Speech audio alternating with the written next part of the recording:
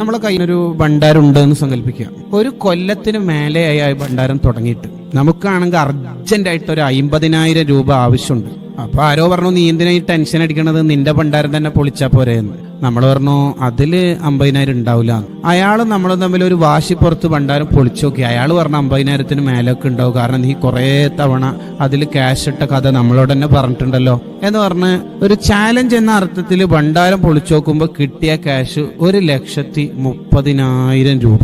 നമുക്ക് ഭയങ്കര സന്തോഷമായിരിക്കും. എന്താണ് ശരിക്കും ഇപ്പൊ ഇവിടെ സന്തോഷിക്കാൻ വക ഉണ്ടായത്? ഭയങ്കരമായിട്ട് സന്തോഷിക്കാൻ മാത്രം ഇപ്പൊ എന്താ വക? നമ്മൾ തന്നെ ഈ 1,30,000 രൂപ അതിലിട്ടത്, വേറൊരാൾ 5 പൈസ ഇട്ടിട്ടില്ല. അപ്പൊ നമ്മൾ ഇട്ട ആ ക്യാഷ് അവിടെ തന്നെ ഉണ്ട് എന്നുള്ളതിൽ ഇപ്പൊ എന്താ സന്തോഷിക്കേണ്ടത്? ഇപ്പൊ ഞാൻ കയ്യിൽ കെട്ടിയിരിക്കുന്ന വാച്ച് പ്രസംഗം കഴിയുമ്പോഴേക്ക് കയ്യിൽ തന്നെ ഉണ്ട്, അതുകൊണ്ട് ഇപ്പൊ സന്തോഷം ഉണ്ടാവും.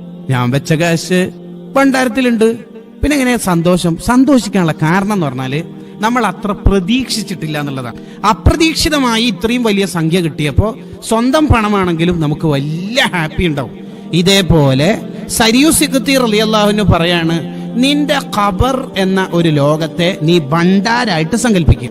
എന്നിട്ട് 10 നോട്ട്, 5 കോയന് കണ്ടാളോടെല്ലാം സലാം പറയാ. ആരെങ്കിലും സലാം പറഞ്ഞ വഅലൈക്കും അസ്സലാം എന്ന് മാത്രം പറയുന്നതിന് പകരം റഹ്മത്തുള്ളാന്ന് കൂടി കൂട്ടിയിട്ട് 20 നോട്ട് ഇടുക. ഇനി ബറക്കാത്തും കൂടി കൂട്ടിയിട്ട് 30 ആക്കുക. ഡെയിലി കുറെ സലാത്ത് എല്ലിയിട്ട് 2000 നോട്ട് ഇടുക. പിന്നെ ആരെങ്കിലുമൊക്കെ പാവപ്പെട്ടവർ നമ്മുടെ കൂട്ടുകാരിൽ ഉണ്ടെങ്കിൽ അവരെയൊക്കെ സഹായിച്ചിട്ട് 2000 കുറെ നോട്ടിടുക. ഇങ്ങനെ നമ്മളെ ഖബറിനെ ഭണ്ഡാരായി സങ്കല്പിച്ച് ഒരുപാട് നന്മ അവിടെ ഇൻവെസ്റ്റ് ചെയ്യും.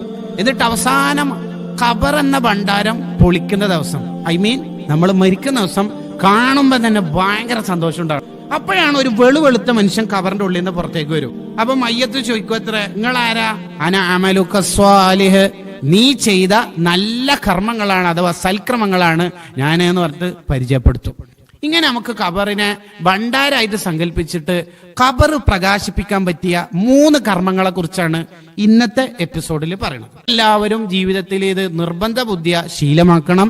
അള്ളാഹു തൗഫീഖ് ചെയ്യട്ടെ. 1, എല്ലാ ദിവസവും മഗ്‌രിബിന് ശേഷം, മഗ്‌രിബിന്റെ ഇശാഇന്റെ ശേഷം ആവലാണ് നല്ലത്, ഉറങ്ങണതിന് മുമ്പ് ആയാലും മതി, സൂറത്തുൽ മുൽക്ക് പാരായണം ചെയ്യുക. അഥവാ നമുക്കൊക്കെ അറിയുന്ന പോലെ തബാറക സൂറത്ത് പാരായണം ചെയ്താൽ ഖബർ പ്രകാശിക്കും. ഖബറിനെ നമുക്ക് സന്തോഷമുള്ള വീടായിട്ട് നമുക്ക് മാറ്റാൻ കഴിയും. സൂറത്തുൽ മുൽക്ക് നിത്യമായി പാരായണം ചെയ്യണം. ഇനി എന്തെങ്കിലും ക്ഷീണം കൊണ്ടോ മറ്റോ ഉറങ്ങിപ്പോയാല് രാവിലെ ഓതിയാൽ മതി. അതിന്റെ അർത്ഥം എപ്പോഴും ക്ഷീണം കൊണ്ട് അർണം കൊണ്ട് ഉറങ്ങണ്ട, നമ്മള് രാത്രി തന്നെ ഓതണം. മുത്തുനബി സല്ലല്ലാഹു അലൈഹി വസല്ലമ തങ്ങള് തബാറക സൂറത്ത് ഓതാതെ ഉറങ്ങാറില്ലായിരുന്നു എന്ന് ഹദീസിലുണ്ട്. നബി സല്ലല്ലാഹു അലൈഹി വസല്ലമ തങ്ങളെ ഇഷ്ടപ്പെടുന്ന നമുക്ക് അങ്ങനെ ഒരു ശീലം ഉണ്ടാവണം.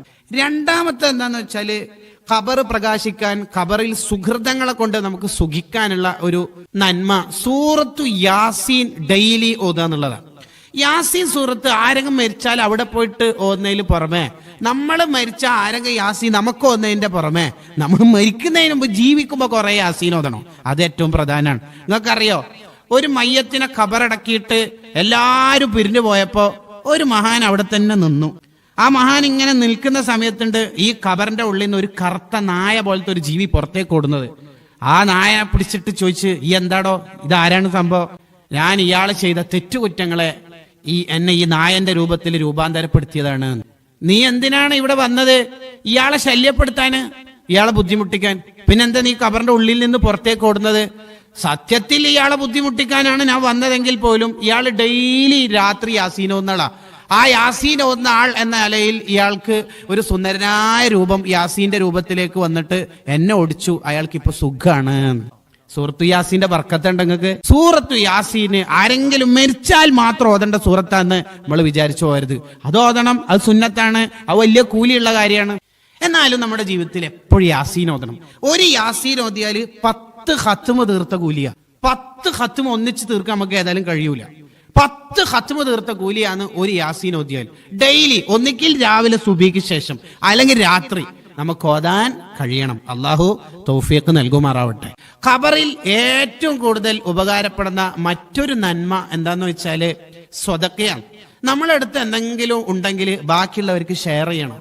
ഓന്റെ ബർത്ത്ഡേക്ക് എനിക്ക് എന്തെങ്കിലും കിട്ടണം എന്നല്ല നമ്മൾ ചിന്തിക്കേണ്ടത്. നമുക്ക് എന്തെങ്കിലും സന്തോഷമൊക്കെ ഉണ്ടാവുമ്പോൾ മറ്റുള്ളവർക്ക് ഷെയർ ചെയ്യാനുള്ള ഒരു മനസ്സ്, നമ്മളെ കയ്യിലുള്ള വെള്ളം, അയാളുടെ ബസ്സിന്റെ പൈസ ഞാൻ എടുക്കാം, എന്റെ വീട്ടിൽ നിന്ന് അയാൾക്ക് ഭക്ഷണം കൊടുക്കാം, ഇങ്ങനെയാണ് നമ്മൾ ചിന്തിക്കേണ്ടത്. ഇങ്ങനെ ഈ 3 നന്മകളെ ജീവിതത്തിൽ നെഞ്ചേറ്റിയാൽ ഖബർ നമുക്ക് വെളിച്ചമാകും. നാളെ ആഖിറത്തിലേക്ക് പോകുന്ന ആദ്യത്തെ എക്സാം ഹാളിൽ, പരീക്ഷാ ഹാളാകുന്ന ഖബർ വിജയിച്ചു കഴിഞ്ഞാൽ ഫമാ ബഅദഹു ഐസർ, ബാക്കിയെല്ലാം ഈസി ആയിരിക്കും. അല്ലാഹു തൗഫീഖ് നൽകുമാറാവട്ടെ.